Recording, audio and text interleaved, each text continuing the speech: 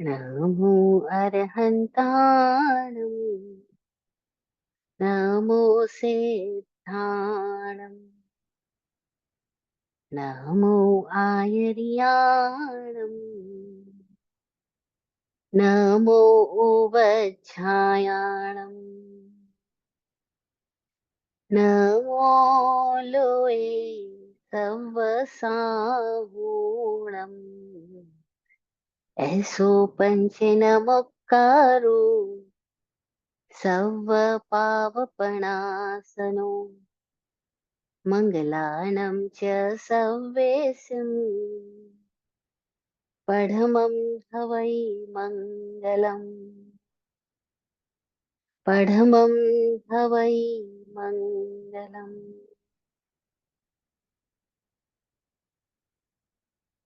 प्रभु मैं करूं सबको सहन, सब जीव भी मुझको सहे, ये लोक के सब भूत गण गण वैर ना कोई लहे।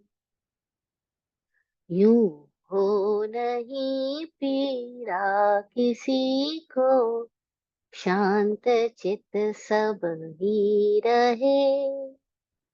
दृष्टा बने साक्षी तथाता, मस्त जागृति में रहे। समभाव हो सबका सदा, और मैं पना जड़ से मिटे। आशीष हो गुरुदेव की, गृध्यता मेरे मन से हटे। यतना विनय सेवा सरलता, प्रेम में सबसे करूं। मिले बांट कर हर सुविधा भोगूं, लघु किसी को ना करूं।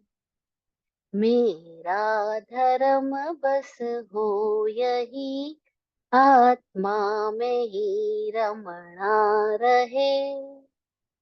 आज्ञा में संयत हो चरित प्रभु, भाव में समता बहे।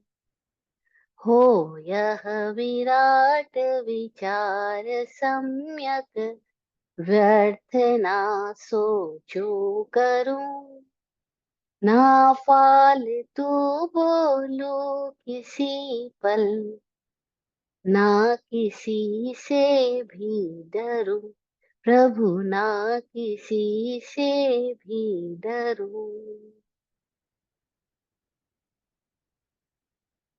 चरम तीर्थंकर समण भगवान महावीर स्वामी जी को भाव में वंदन नमन। चतुर्विध तीर्थ को प्रणाम, समस्त भव्य आत्माओं की भव्यता को नमन।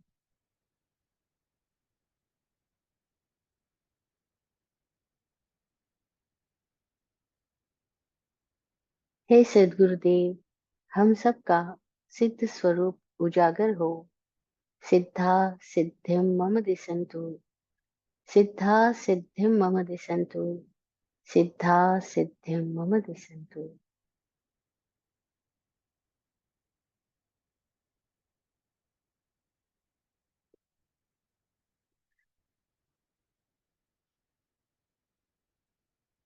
ओम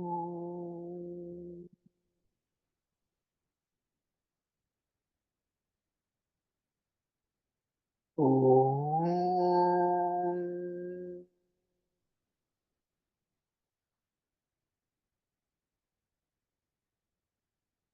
ओम।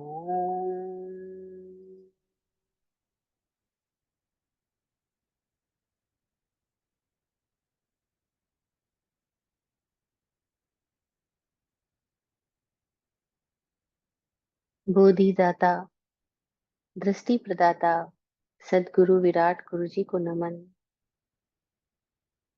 सदा स्वतंत्रता की राह दिखाने वाले, अपने सत्संग से सिंचित करने वाले स्वामी विकास जी को नमन। वाचक उमा स्वाति जी, जिनकी प्रज्ञा से ये तत्वार्थादिगम सूत्र रचित हुआ, उनकी प्रज्ञा को प्रणाम। जय हो।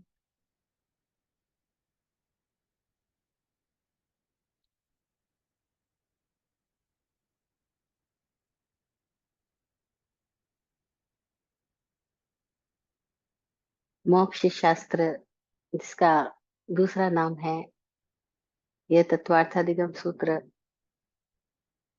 जैन समाज का एकमात्र ऐसा सूत्र जिसको सारी आमनाओं ने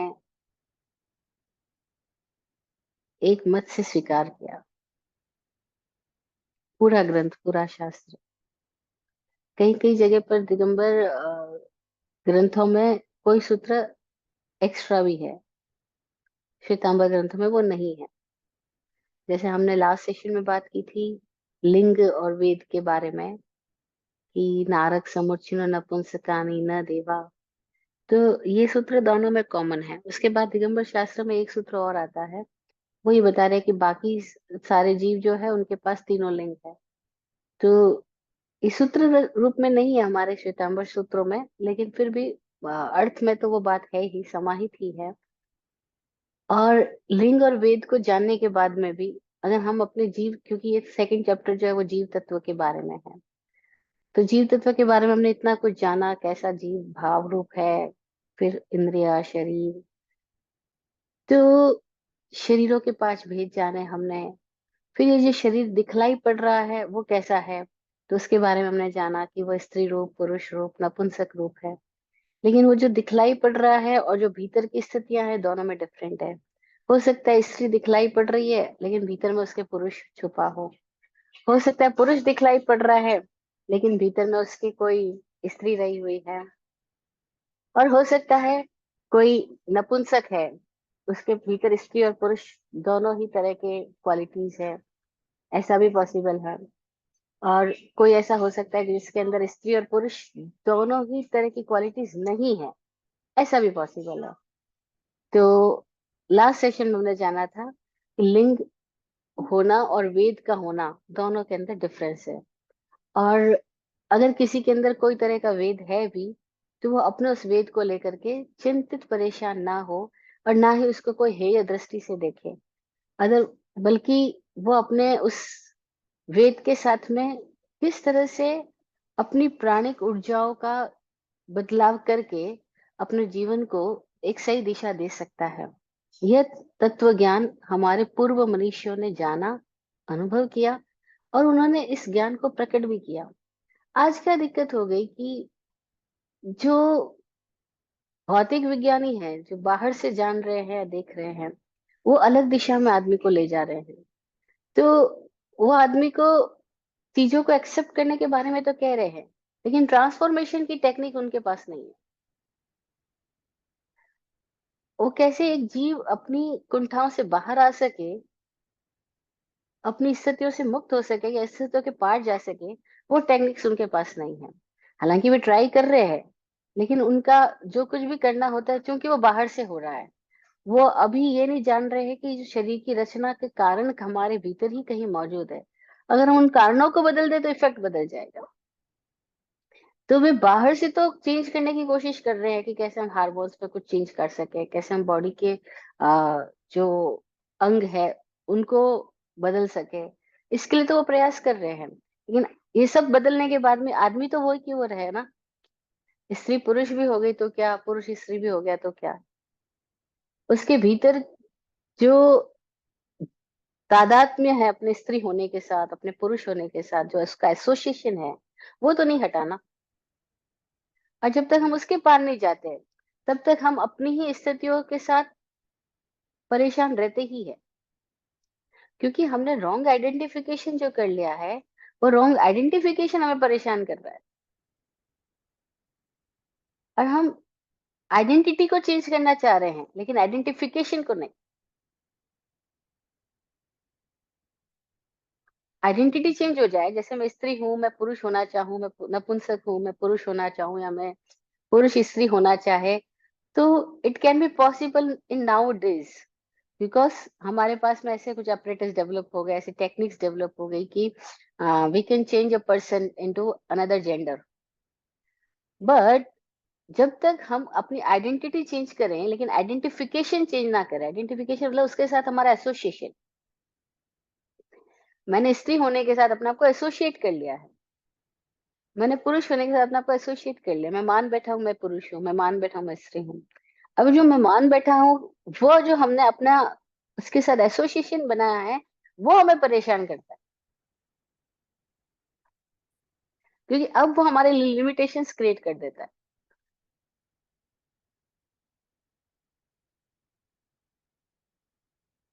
तो अनुभवी लोगों ने क्या बोला कि लिंग और वेद है, लेकिन ये वेद से अवेदी अवस्था में होना वो हमारा स्वभाव है। जो सिद्ध आत्मा है, जो मुक्त आत्मा है, वे आत्माएं हैं जिनके पास कोई वेद नहीं है, ना स्त्री वेद है, ना पुरुष वेद है, ना नपुंसक वेद है। शरीर तो उनके पास है लेकिन वेद बदल गया है, वेद से अवेदी हो गए। शरीर तो स्त्री रूप है, पुरुष रूप है, नपुंसक रूप है, लेकिन जो सिद्ध आत्माएं होगी उनमें क्या डिफरेंस आ गया कि वो वेद के पार चले गए, उसको अवेदी बोला। तो सिद्ध रूप अवेदी रूप है, और वो सिद्ध रूप अवेदी रूप है कहने का मतलब क्या है कि हमारा जो असली होनापन है उसमें वेद नहीं है। लिंग तो शरीर के साथ बना रहेगा, जैसे महावीर स्वामी का अब शरीर का लिंग तो पुरुष का रहेगा, लेकिन जब महावीर सिद्ध हो रहे तो उसका मतलब क्या हुआ कि अब उनके पास में शरीर तो है लिंग रूप में, लेकिन उसके भीतर का वेद अब खत्म हो गया। अब वो ना पुरुष वेद को अनुभव कर रहे हैं, ना स्त्री वेद को, ना नपुंसक वेद को, या यूं कह दो तीनों का अनुभव कर रहे हैं, या यूं कह दो तीनों के पार चले गए। वो कैसे पॉसिबल हो गया?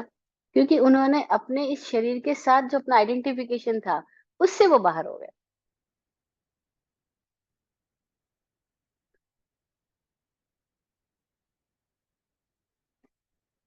हम कहाँ हैं और हम क्या हो सकते हैं, ये दोनों हमारे पास क्लैरिटीज होनी चाहिए। अभी हम खड़े वेद में है, लिंग में खड़े हैं, वेद में खड़े हैं, लेकिन हमारी होने की संभावना क्या है? अवेदी होना।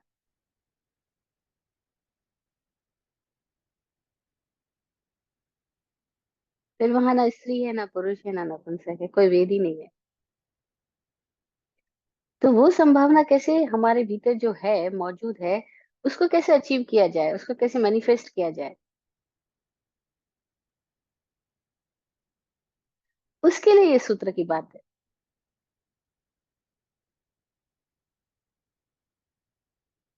तो ये सूत्र कह रहा है कि कैसे हम अपनी ही उस स्थिति में जा सके जहाँ अवेदी अवस्था है।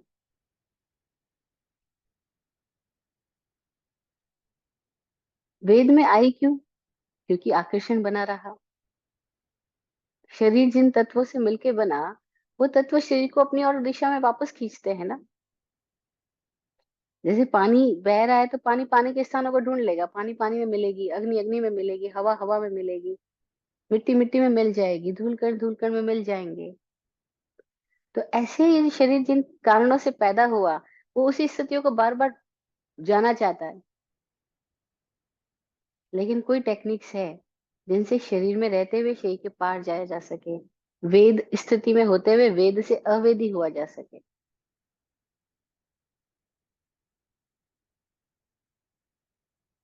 और जब कोई व्यक्ति इस स्थिति में आने लगता है तो उसको शरीर का आर पार दिखाई पड़ता है। अब वो शरीर शरीर से अभिव्यक्ति पा रहा है अपनी, लेकिन वो शरीर के बाहर भी है।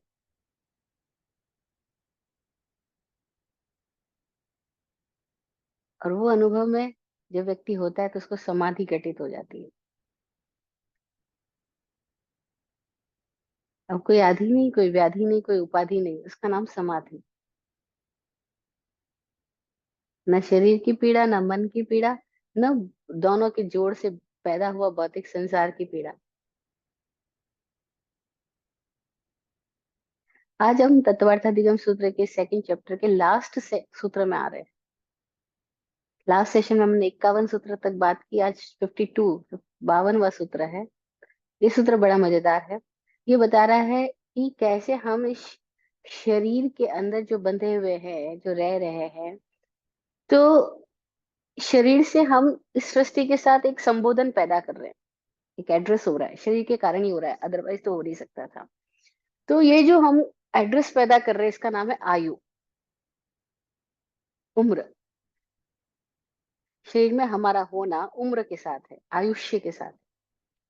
तो ये जो आयुष्य है, वह क्या है, वह कितनी तरह का है, जीवों के पास कैसा कैसा आयुष्य मिलता है, तो वो आयुष्य के बारे में ये सूत्र बता रहा है। अब ये इस चैप्टर का लास्ट सूत्र है, और आयुष्य का विज्ञान अब ये सूत्र संक्षेप में बता रहा है, क्योंकि सूत्र का मतलब ही है जो बात को एकदम समराइज वे में कहे, संक्षिप्त में कहे।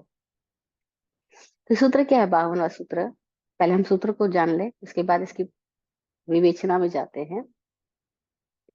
सूत्र है, औपपातिक चरम देहोत्तम पुरुष असंख्य वर्षायुषु अनपवर्त्यायुषः। संस्कृत में है इसलिए समझ में तो आएगा नहीं हमको, पर हम इसको समझने की कोशिश करेंगे। औपपातिक चरम देह उत्तम पुरुष असंख्य वर्षायुषो अनपवर्त्यायुषः। वे जीव जो औपपातिक जन्म लेते हैं, ये हम पिछले सूत्रों में जान चुके हैं, औपपातिक जन्म लेने वाले दो तरह की गति के जीव होते हैं, नरक गति के जीव और देव गति के जीव। उनका जन्म उपपातिक होता है, गर्भ से नहीं होता, समुच्छम रूप से नहीं होता, वे उपपात रूप से जन्म लेते हैं। अचानक, अचानक फूल गए, अचानक पैदा हो गए, और जब पैदा हुए तो पूरे ही पैदा हो गए, युवा, ना बच्चे हुए ना बुढ़ापा हुआ, युवा स्थिति में पैदा हुए।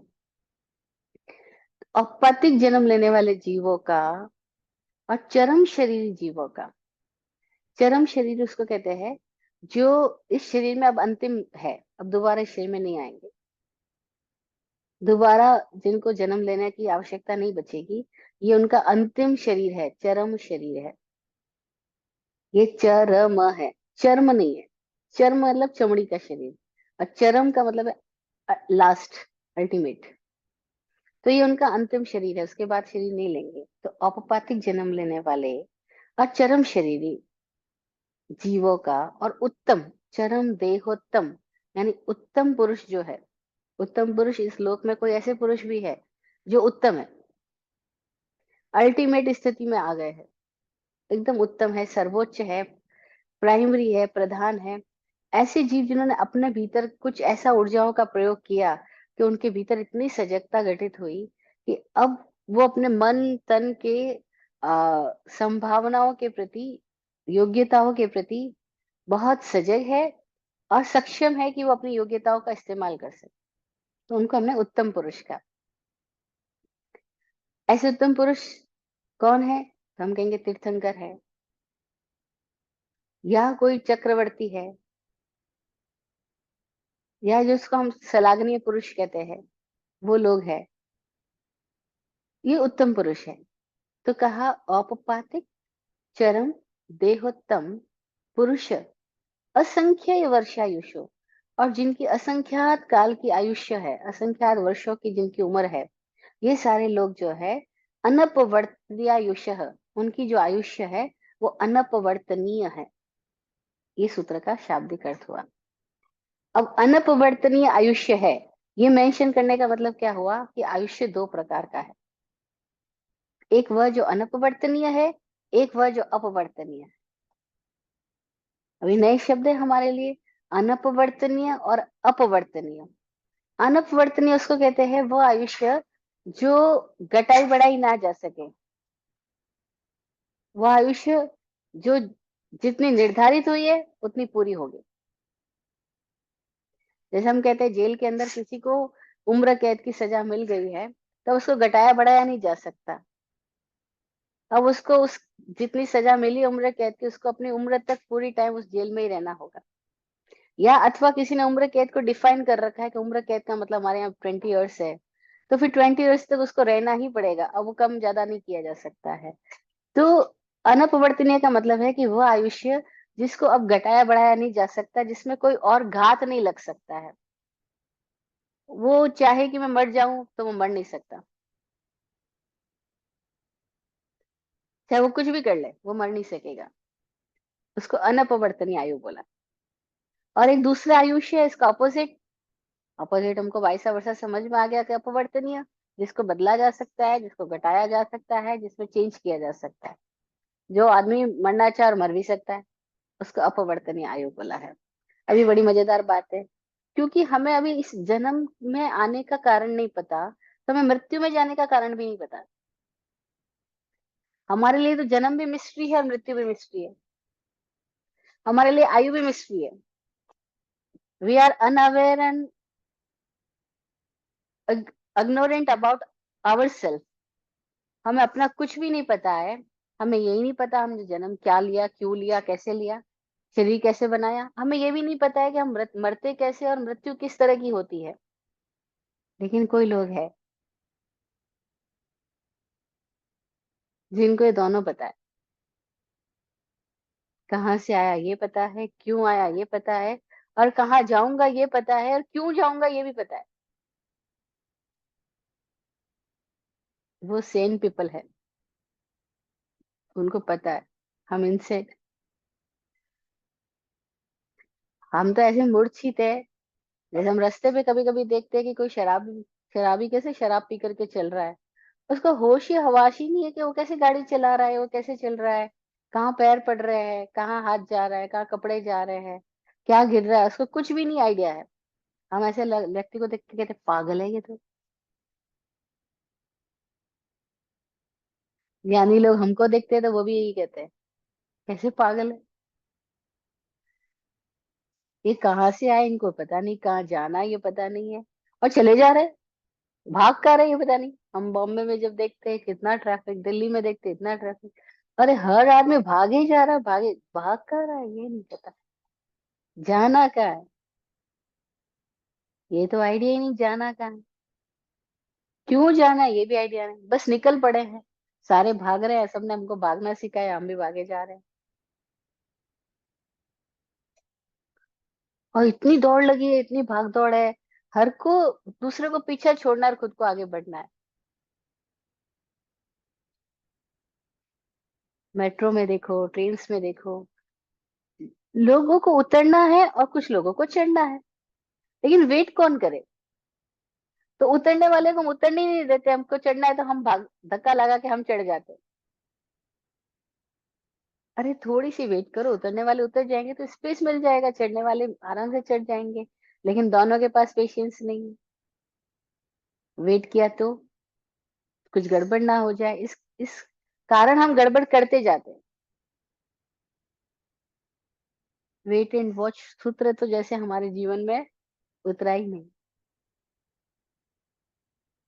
तो ज्ञानी लोग कहते हैं पागल है ये लोग, इनको पता ही नहीं है ये यहाँ है क्यों और जाना कैसे है। मौत मिस्ट्री है हमारे लिए, रहस्य है। लेकिन कोई लोगों ने इस रहस्य को उजागर कर दिया, इस रहस्य को खोल दिया। वो इस रहस्य के अंदर प्रविष्ट हो गए, चले गए रहस्य के अंदर, इस मिस्ट्री में चले गए, मौत के अंदर चले गए। और मौत के अंदर गए तो उन्हें पता लगा, अरे ये शरीर की आयु जो है वो दो तरह की है, और हम ही इस आयु को बना रहे हैं। और कोई लोग हैं जो स्ट्रॉन्ग जिंदगी जीते हैं, स्ट्रांगली विल पावर के साथ में और क्लैरिटी के साथ में जीते हैं। उनकी जो आयु होती है, उनको पता है वो शरीर में क्यों आए और कब तक रहना है, अपना काम पूरा करके जाना है। तो ऐसे चरम शरीरी या उत्तम पुरुष,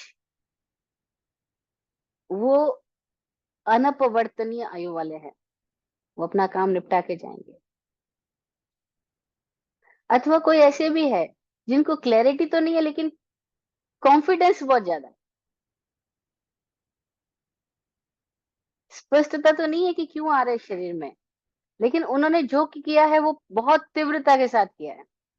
अच्छा किया बुरा किया जो भी किया, जो किया है पूरी एकाग्रता, पूरी तीव्रता, पूरे गाढ़ परिणामों से किया है। तो उनकी भी जो उम्र बन गई वो अनपवर्तनीय आयु हो गई। जैसे अब नारकी है, कोई नरक में गया हुआ जीव है, क्या उसको हम नारकी बोल रहे हैं। तो जो नरक में गया हुआ जीव है, उसने अपने भीतर कोई ऐसे अध्यवसाय, ऐसे परिणाम इकट्ठे किए हैं कि अब उस नरक के साथ उसका इतना संबंध बन गया है कि वो बीच में से छोड़ना भी चाहे तो नहीं छोड़ सकता है। उसने जितना आयु तक नरक का संबंध बना लिया है, उतना आयु तक उसको नरक में रहना ही पड़ेगा। और वो दुखों से घबरा के भागना चाहे, मुझे नरक से निकल जाना है, मर जाऊं मैं यहाँ पे। जैसे हमारे पास पास कष्ट आते हैं, तो हम तुरंत ये कल्पना करते हैं कि यार मर ही जाओ ताकि इस कष्टों से मुक्ति मिल जाए। कितने लोग हैं जिनको बहुत कर्जा चढ़ा हुआ है और लोग दिन रात परेशान कर रहे हैं, तो वो एक ही तमन्ना करते रहते हैं, यार सुसाइड कर लूं, मर जाऊं, ये इस कष्टों से पार कैसे जाऊंगा, क्योंकि मेरे पास पैसे है ही नहीं, मैं दूं कैसे। तो एक ही उपाय, मैं मर जाऊं। तो यह मनुष्य मरने की कल्पनाएं कर रहा है, लेकिन मर ही जाएगा ऐसा जरूरी नहीं, लेकिन मर भी सकता है। ऐसे ही अगर नारकी जीवों की हम वेदना देखें, तो उनको इतना वेदना मिल रही है, इतना तीव्र दुख में है, तीव्र घोर विषाद में है, घोर कष्टों में है, शारीरिक भी मानसिक भी हर तरीके के वो कष्ट में है। तो वो थोड़ी चाहेंगे कि वो जीते रहे और उसी कष्टों में पड़े रहे। वो क्या चाहते होंगे, मर जाए, छूटे यहाँ से, भाग निकले। Is it possible? Not possible at all. वो भाग नहीं सकते। वो उस शरीर के साथ में उन्होंने जो अपना संबंध जोड़ा है, और उस वेदना की स्थिति के साथ उन्होंने जो संबंध जोड़ा है, अब वो संबंध में जीने के लिए बाध्य है। आयु एक भोग है,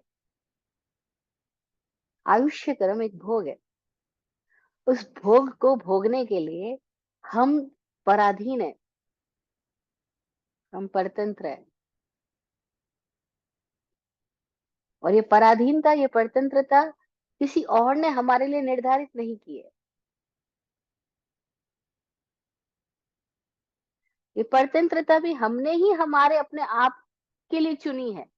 हमने ही अपने पैरों में और हाथों में हथकड़ी और बेड़ियां डाली, और हम डालते जा रहे हैं क्योंकि हम अनअवेयर है, अनभिज्ञ है। हमें अपना जीने के तरीके के प्रति होश नहीं आया है, इसीलिए हम बंधनों में बंधते चले जाते हैं। बंधन कष्ट दे रहे हैं, अप्रिय है। दुख भला किसे प्रिय है, लेकिन दुखी होने की आदत इतनी गहरी है। दुख को रचना करने की, दुख को पैदा करने की क्वालिटी हमारे अंदर इतनी गहराई से अंदर जा चुकी है कि हम हर जगह दुख ही दुख पैदा कर लेते हैं।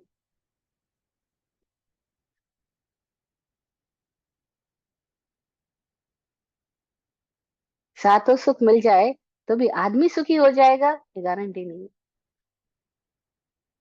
आदमी तो तब भी दुखी रहेगा। निरोगी काया, पुत्र जाया, जो भी बोलते हैं सातों सुख संसार में, काया निरोगी हो, घर में पत्नी हो, फिर पुत्र हो, फिर ये हो, फिर वो हो, सब कुछ हो जाए तब भी हम दुखी। क्योंकि दुख को पैदा करने वाली मैकेनिज्म जो हमारे अंदर है, मशीनरी जो हमारे अंदर है, उसको तो हमने चेंज किया ही नहीं है। तो हम कितने गाढ़ परिणामों से दुख के साथ चिपके हुए हैं। वो नारकी जीवन है हमारा। और फिर उस नरक के साथ हमने अपने आप को जो बंद कर लिया है, बांध लिया है, जो निकाचित कर लिया है, अब हम उसे बाहर आना चाहे तो हम आ नहीं पा रहे। तो कहा अनपवर्तनीय आयु है नारकी की। औपपातिक जन्म लेने वाले नारकी जीवों की भी अनपवर्तनीय आयु है, और देवता लोगों की भी अनपवर्तनीय आयु है। अब देवता है, देवता बन गए हैं, दो देवलोक में है, देवगति में है। कई बार उनको भी बहुत कष्ट है। हमें लगता है देवता सुखी है, एक अपेक्षा से है, लेकिन एक अपेक्षा से नहीं है। वो वहां भी परेशान है। उनमें से कोई देवता ऐसे भी है जो ऐसा भोग भोगना चाह रहे, जो स्त्री पुरुष यहाँ संसारिक मनुष्य लोक में भोग रहे हैं, और उनके पास में वैसा शरीर नहीं है कि वो ऐसा भोग भोग सके। तो वो बार बार इच्छा करते हैं कि मैं कैसे मनुष्य रूप में आ जाऊं, कैसे भौतिक रूप में आ जाऊं। वो वैक्र से भौतिक औदारिक रूप में आना की कोशिश करते हैं, पर आ तो नहीं पाते। कदाचित आ भी जाते हैं तो थोड़ी सी क्षणों के लिए आ सकते हैं, फिर भी वो सामर्थ्य नहीं पाते जो इंसानों के शरीर के पास में है, और तब वो परेशान होते हैं। तो वे वहां से मर के आना चाहते हैं, मनुष्य रूप में पैदा होना चाहते हैं, लेकिन क्या वो स्वतंत्र है कि वो आ जाए अपनी इच्छा से? No, there is no choice. अब आपने अपने आप को जिस रूप में पहले कैद कर लिया है, you have to remain in that cage. That's called अनपवर्तनीय आयुष्य। वो आयुष्य बदली नहीं जा सकती, उनको अपना आयु पूरा करना ही होगा। हाँ, लेकिन वो भाव कर रहे हैं तो किसी समय आ भी जाएंगे, लेकिन अभी आ सकते हैं? Not possible at all.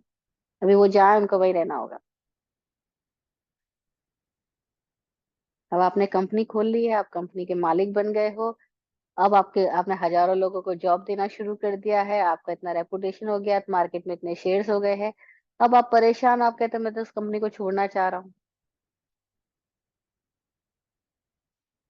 तो भाई आपने मकड़ी के जालों को बुन लिया है, पूरा जाल बना लिया है, तो you have to remain in that जाल। मकड़ी को अपने जाल में रहना पड़ता है, वो उसी में मर जाती है। और वो चाहे भी कि मैं हट जाऊं तो जहाँ जाए जाल उसका उसके साथ चले, क्योंकि जाल बनाया किसने? उसी मकड़ी ने, हमने ही। और अब हम चाहे छोड़ दें, छोड़ना कहाँ आसान है। तो का अनपवर्तनीय आयु है, नारकी की भी, देवता की भी। कोई देवता इस कारण से जन्म लेना चाह रहे हैं मनुष्य के रूप में कि उनको दैहिक भोग भोगना है। कोई इसलिए भी जन्म लेना चाह रहे हैं कि उनको सत्संग में रहना है, मुक्त होना है, तपस्वी होना है, साधु होना है, मुनि होना है, मुक्त होना है। लेकिन उनके लिए भी क्षमता नहीं है। भावना पैदा हो सकती है, क्षमता नहीं है, क्योंकि वो एक कैद में है, और उस कैद को उन्होंने अपने लिए डिजाइन किया। चुनाव करने में हम स्वतंत्र है, पर एक बार जो चुन लिया, उसका जो परिणाम आएगा, जो कॉन्सिक्वेंसेज आएगा, उसके लिए हम परतंत्र हो जाते हैं। हम चाहे नरक में जाएं चाहे देव में जाए, जाने के लिए हम चुनाव करने के लिए स्वतंत्र है, लेकिन फिर हम बंध गए, प्रतिबंध कर लिया। जो बंधन हम अपने ऊपर डाल लेते हैं, फिर उसको भोगने के लिए हम बाध्य है, पराधीन है। तो अनपवर्तनीय आयु, उनकी आयु बदलेगी नहीं, जितना उन्होंने एक बार डिसाइड कर लिया है वो पूरा होगा। जो रिकॉर्डिंग उन्होंने कर ली है वो रिलीज पूरी होगी, तब तक तो उनको वेट ही करना पड़ेगा। रिकॉर्डिंग किसने की? किसी और ने उनके लिए नहीं की, खुद ने खुद के लिए की। क्योंकि गहरे परिणामों से, बहुत गहरे। और अब हम देखते हैं कैसे ये गहरे परिणाम होते हैं, कैसे हमारे भीतर कोई एक चीज की जिद पकड़ जाती है। जिद की झूठी जुगत जगत यह, आज बनूं मत वाला मैं। गुरु जी एक भक्ति के भजन में पंक्ति लिखते हैं कि पूरी जगती जो है वो जिद की झूठी जुगत जगत यह। जिद की झूठी जुगत, झूठी जुगत है, और जिद कर ली हमने। जब तक शादी नहीं हो रही थी तो शादी की जिद की, शादी हो जाए, शादी हो जाए, इसी आदमी से मेरी शादी हो जाए, शादी हो जाए, चाहे कुछ भी हो जाए, मैं मर जाऊं, लेकिन इसी आदमी से मुझे शादी करनी है। तो फिर शादी कर ली, अब क्या? अब कहते हैं मुझे शादी में नहीं रहना, मुझे भागना है यहाँ से, मुझे अपने घर चले जाना है, मुझे शादी में नहीं रहना। अरे भाई तूने ही तो जिद करके शादी करी, अब चुप हो जा। अब कुछ उपाय नहीं है।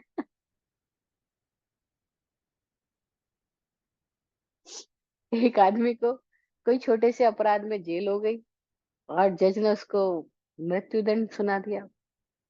तो अपराधी बोला मैंने ऐसे कुछ किया ही नहीं है, आप मुझे मृत्युदंड क्यों सुना रहे हो? उसके मित्र ने कहा भी तू इतना बुरा आदमी नहीं है, जज तुझसे बदला ले रहा है। ये जज का तूने क्या बुरा किया जो जज तेरे को ऐसी सजा दे रहा है? वो आदमी कहता है मुझे खाली एक ही बात याद है, ये जज मेरा फ्रेंड रहा है और उसकी शादी मैंने करवाई थी।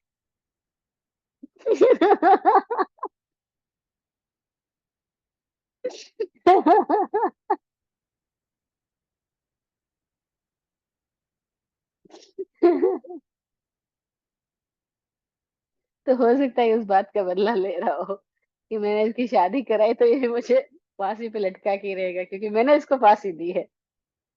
और ये मुझे फांसी पे लटकेगा, मैं तो एक बार में शायद पूरा भी हो जाऊं, लेकिन इसकी फांसी तो खत्म ही नहीं हो रही। तो हर रोज की फांसी को जी रहा है बेचारा।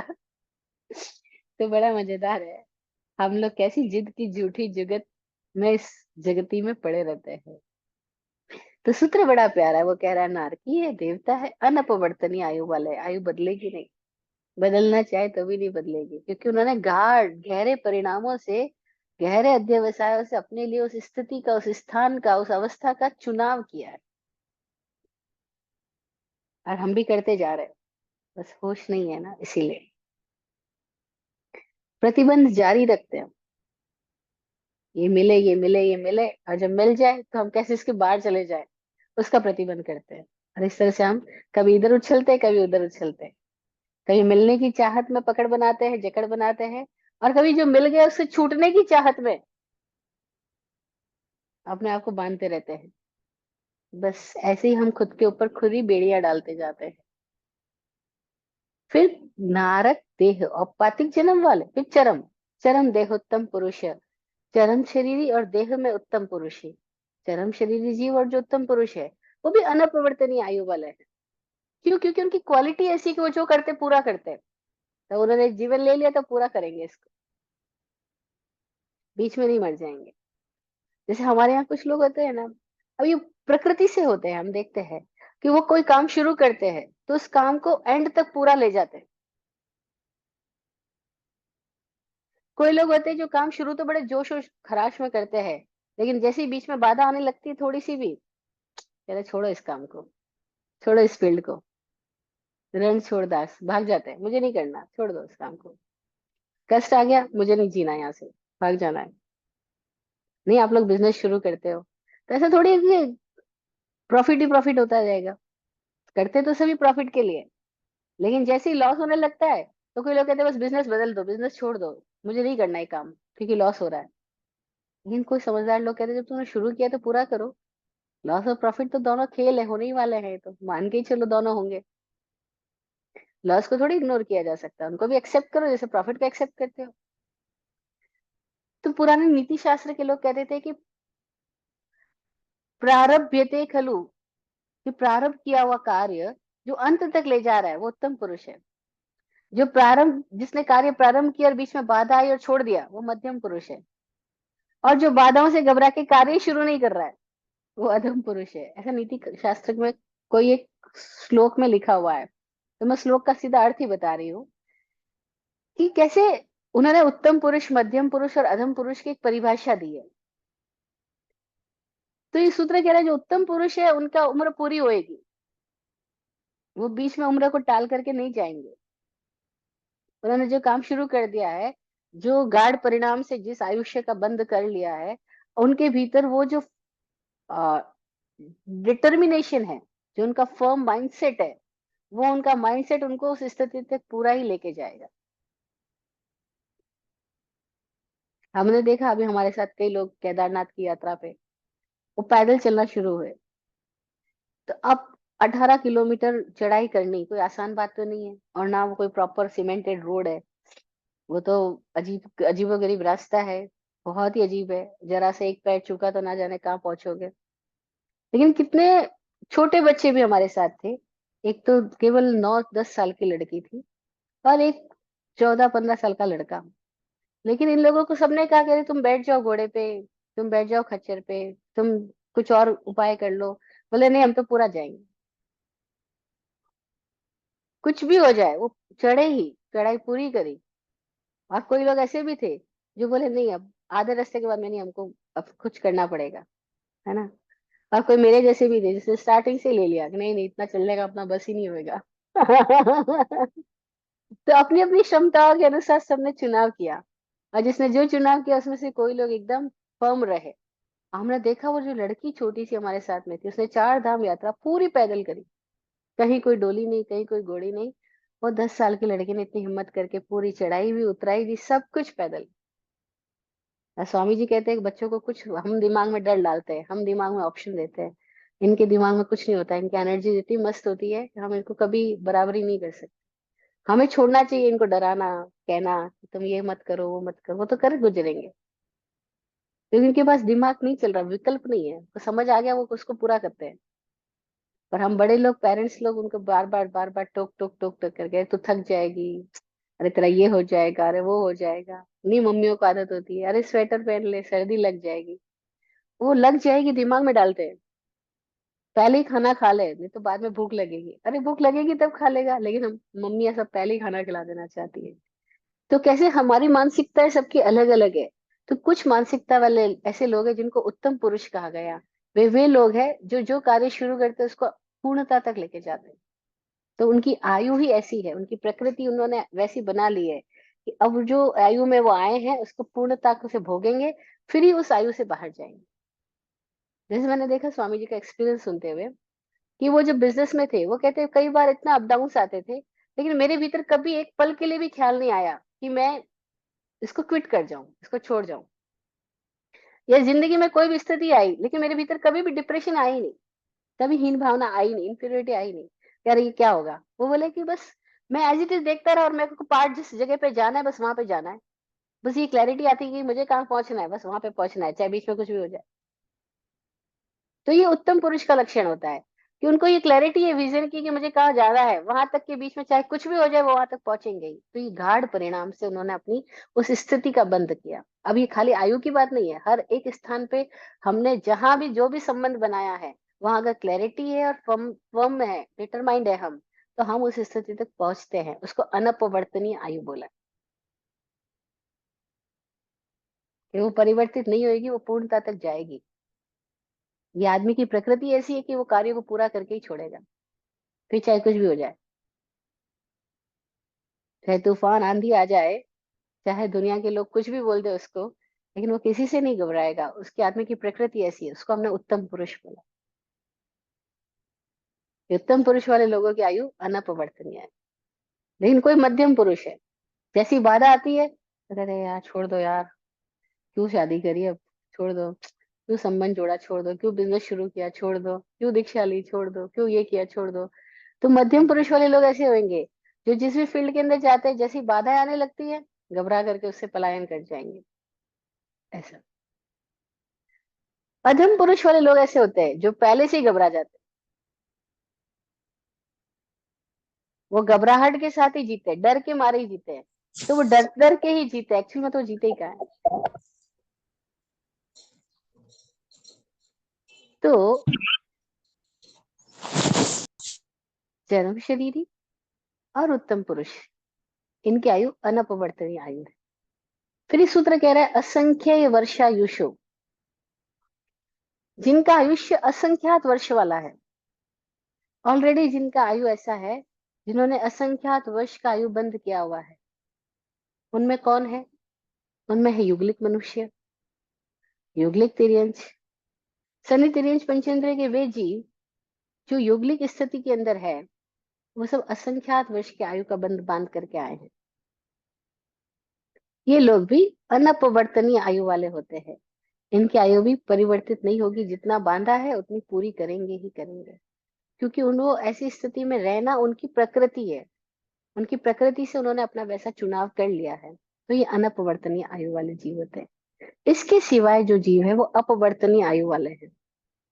नारकी देवता को छोड़ दो, मनुष्य तिरेंच में युगलिक मनुष्य तिरेंच को छोड़ दो, तो अब कौन से बचे? जो सामान्य है, जो गर्भज भी है, सामान्य भी है, युगलिक नहीं है। वे सारे लोगों के पास में दोनों ऑप्शन है। वो अनपवर्तनीय आयु वाले भी हो सकते हैं और अपवर्तनीय आयु वाले भी हो सकते हैं। क्या विशेषता है अपवर्तनीय आयु और अनपवर्तनीय आयु में? तो दोनों में एक तो अंतर यह है कि अनपवर्तनीय आयु गाढ़ परिणामों से बनती है। उनकी प्रकृति ऐसी होती है कि वो जो कार्य शुरू करते हैं वो पूरा करते हैं। कुछ लोग ऐसे होते हैं जो मध्यम परिणामों वाले होते हैं। फिर इसको एक एग्जाम्पल से भी समझाया गया। मेरी आवाज आ रही है सबको बराबर?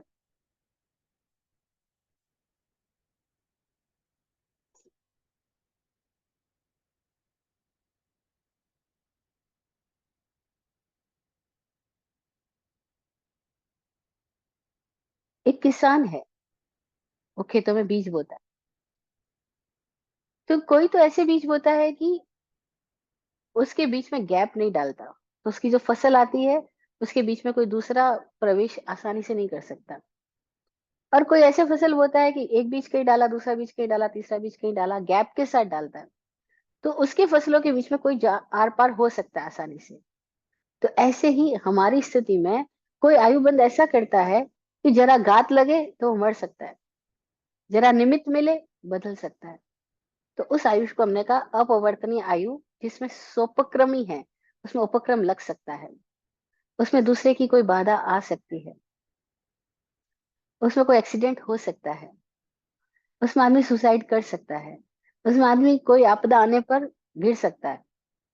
वो अपवर्तनीय आयु है और उसमें उपक्रम लग सकता है, तो उसको कहा सोपक्रमी। अनपवर्तनीय आयु को कहा निरुपक्रमी, उसमें कोई उपक्रम नहीं लगता।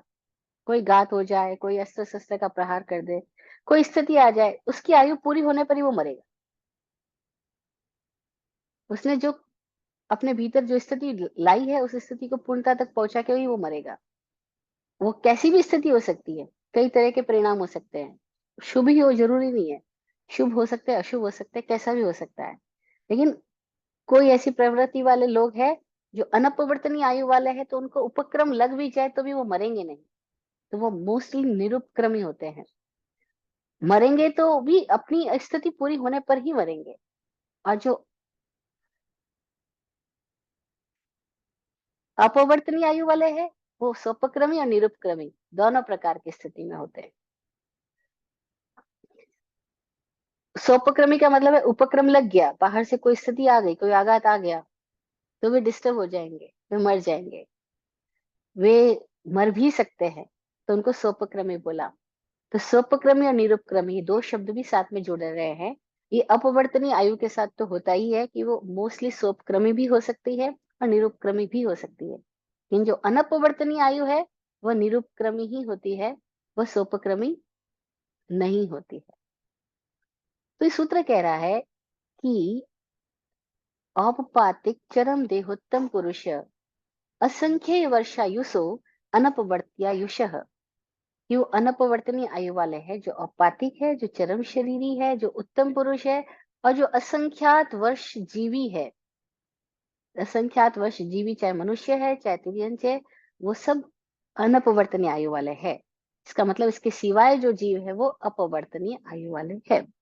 अपवर्तनीय का मतलब है कि जिसको घटाया जा सकता है, जो बीच में ही चेंज हो सकती है, जिसमें आदमी चाहे तो कोई तीव्र अध्यवसाय के कारण, कोई निमित्त मिलने पर, कोई शस्त्रघात हो जाने पर, कोई आपदा आ जाने पर, कोई विकट स्थिति पैदा हो जाने पर, कोई अपने भीतर ही कोई ऐसी स्थिति में जा सकता है कि वो अपने शरीर का घात कर बैठे। कोई फांसी लगा के मर जाए, कोई आघात से मर जाए, कोई वेदना से मर जाए, कोई तरह की हार्ट फेल हो जाए, कोई कुछ भी स्थिति पैदा हो सकती है और वो मर सकता है। तो उसको हमने कहा अपवर्तनीय आयु वाले है, जो किसी उपक्रम के लगने पर शरीर को छोड़ करके, अपनी आयु को छोड़ करके चले जा सकते हैं। तो प्रश्न पैदा होता है कि जो अपवर्तनीय आयु वाले हैं, तो उन्होंने जो आयु बांध करके वो यहाँ आए थे, उसको पूरी भोगे भी नहीं मर जाएंगे, या उनका कोई भोग होगा? भोग तो होता ही है। आपने जो आयु का संबंध जो है वो खाली समय के साथ नहीं है। योगियों ने क्या बोला कि इस आयु का संबंध हमारे अपने श्वास के साथ है, हमारे प्राण के साथ है। ये जो प्राण है, जिसको अभी हम जानते नहीं, हमने केवल सुना है, अनुभव से नहीं जाना है, लेकिन किन्हीं लोगों ने जाना है, उन्होंने कहा इस प्राण के साथ हमारा इस शरीर के साथ संबंध बना हुआ है। अगर हम प्राणों का तीव्रता से उपभोग कर लेते हैं तो हमारी आयु घट जाती है। अगर हम प्राणों का आसान आराम से उपभोग करते हैं, उपयोग करते हैं, तो हमारी आयु आराम की होती है, लंबी होती है, बराबर होती है। तो इसीलिए हम देखें कि कितने हमारे सामने प्राणी हैं, जैसे कुत्ता है, वो सांस इतनी फटाफट फटाफट लेता है, तो उसकी उम्र कितनी है? ज्यादा से ज्यादा 20 साल। 20-25 साल से ज्यादा कुत्ता नहीं जीता। कोई तो उससे भी नहीं, उतना भी नहीं जीते। लेकिन कोई प्राणी है जो कई वर्षों तक जी लेते हैं। क्यों? क्योंकि वो आराम आराम से सांस लेते हैं, आराम आराम से प्राण लेते हैं। इसीलिए इस प्राण के साथ इस आयु का संबंध है, समय के साथ नहीं है, प्राण के साथ है। अब प्राण का संबंध श्वासोश्वास के साथ है। तो अगर हम अपनी श्वास पे ध्यान देना शुरू करें और श्वास के माध्यम से हम अपने प्राण को समझ पाए, तो हम अपनी आयु को भी समझ सकते हैं। हम अपनी आयु को उसकी पूर्णता तक जी सकते हैं, अथवा हम अपने प्राणों का दुरुपयोग कर ले, प्राणातिपात अत्यधिक रूप से करें, श्वासोश्वास में बिल्कुल भी हमारा होश ना रहे, तो ये भी संभव है कि हम जितनी स्थिति में जी सकते थे उससे कम स्थिति में ही हम जी करके पहले ही मर गए। और ये हम अपनी जिस अवस्था में हम लोग जी रहे हैं, तो हम ऐसे बहुत सारे एग्जाम्पल्स देख पाते हैं, हमको देखने को मिलते हैं कि कैसे कई लोगों ने अपने शरीर के साथ इतना दुर्व्यवहार किया कि उनकी श्वास बहुत जल्दी चली गई, छूट गई। तो हम अपनी स्थिति के प्रति अवेयर हो जाए, तो हम अपवर्तनीय आयु और अपवर्तनीय आयु दोनों के बारे में समझ सकते हैं।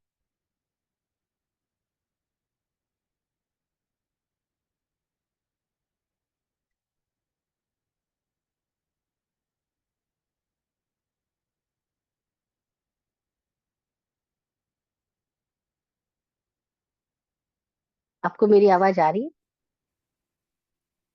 जी आ रही। हाँ, ठीक आ रही। ठीक आ रही।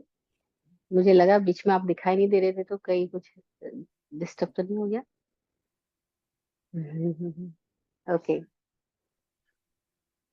तो अपवर्तनीय आयु और अनपवर्तनीय आयु, दो शब्दों को हमने समझा। इन दो शब्दों के साथ फिर से दो शब्दों ने समझा, सोपक्रमी और निरुपक्रमी। सोपक्रमी जिसमें कुछ उपक्रम लग जाता है, कोई एक्सीडेंट आदि हो जाता है। निरुपक्रमी जिसमें कोई उपक्रम बाहर से आघात वगैरह नहीं लगता है।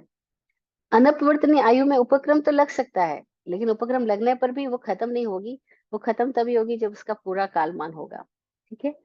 अपवर्तनीय आयु वह है जिसमें उपक्रम लगने पर खत्म भी हो सकती है। ये मोस्टली दोनों प्रकार की हो सकती है, स्वपक्रमी भी और निरुपक्रमी भी। ठीक है। अब हम बात कर रहे हैं कि हम अगर अपनी मृत्यु को जानना चाहें तो क्या जान सकते हैं? हाँ, जान सकते हैं।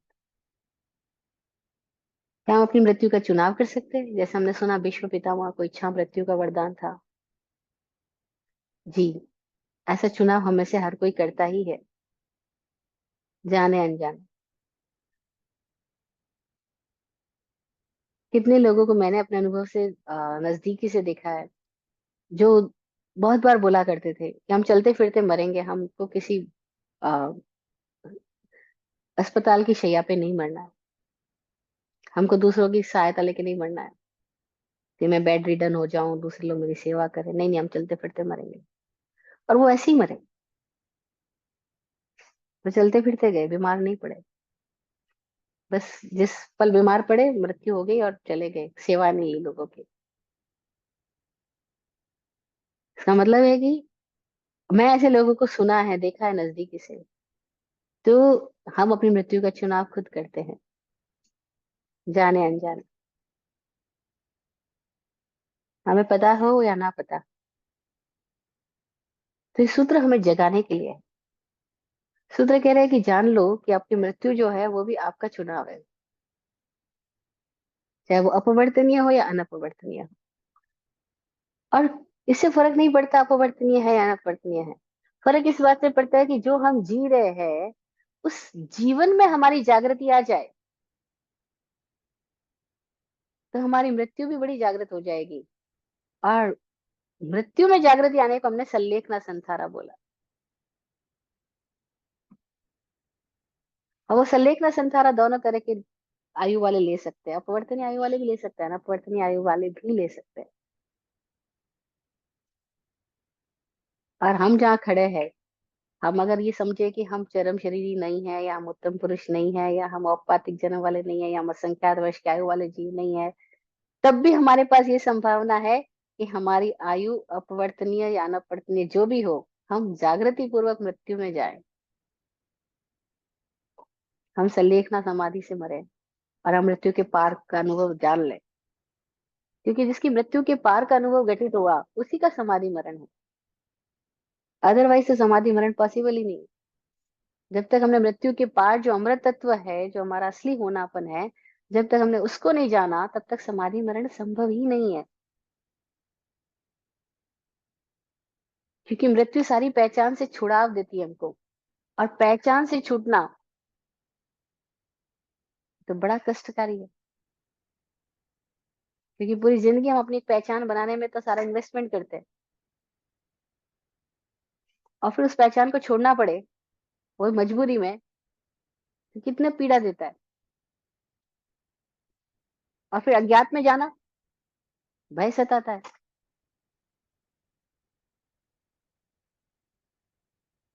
तो अज्ञात को ज्ञात करने का तरीका परमात्मा ने बताया हमें। ये अज्ञात तत्व है, अनपवर्तनीय, अपवर्तनीय, मृत्यु, समाधि, मरण, ये सब कुछ हमारे लिए अज्ञात तत्व है, लेकिन सबको ज्ञात करने का तरीका भगवान ने हमें दिया।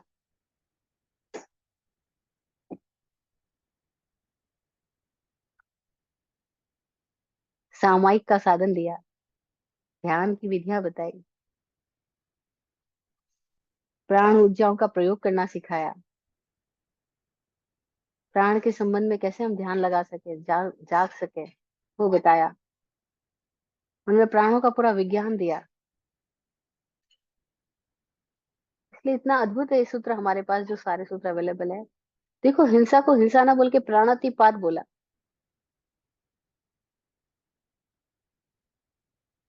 और जीवन और मृत्यु के बीच के काल को उन्होंने आयु शब्द दिया।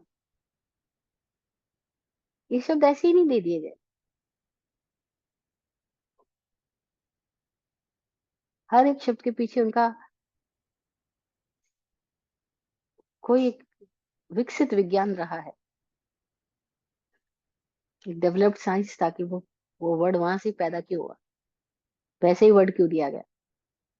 तो अगर हम इस दिशा में थोड़ा ध्यान लगाएंगे तो हमें समझ में आएगा।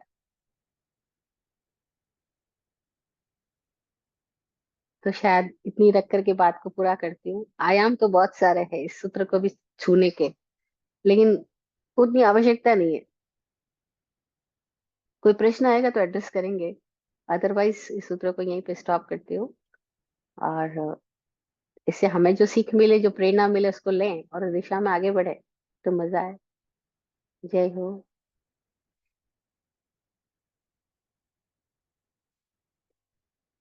आप फूलो फलो, हो जिंदगी मखमल मुलायम, आपकी हर खुशी पे है हमारी जान सदके, दुआ करते हैं चुपचाप, दिल की थाप से हम रहे जाते नवाजे, हर घड़ी अरमान सबके, अमन और चैन से गुजरे आपका वक्त सारा, अमन और चैन से गुजरे आपका वक्त सारा, रुख पे खिलती रहे यूं रूह की मुस्कान खुल के, रुख पे खिलती रहे यूं रूह की मुस्कान खुल के।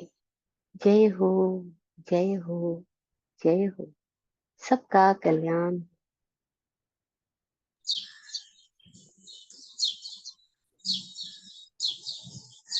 ओम शांति। ओम शांति। तो मुझे एक क्वेश्चन है जी। मत्स्य गंगा में, वैभवश्री जी। हाँ जी।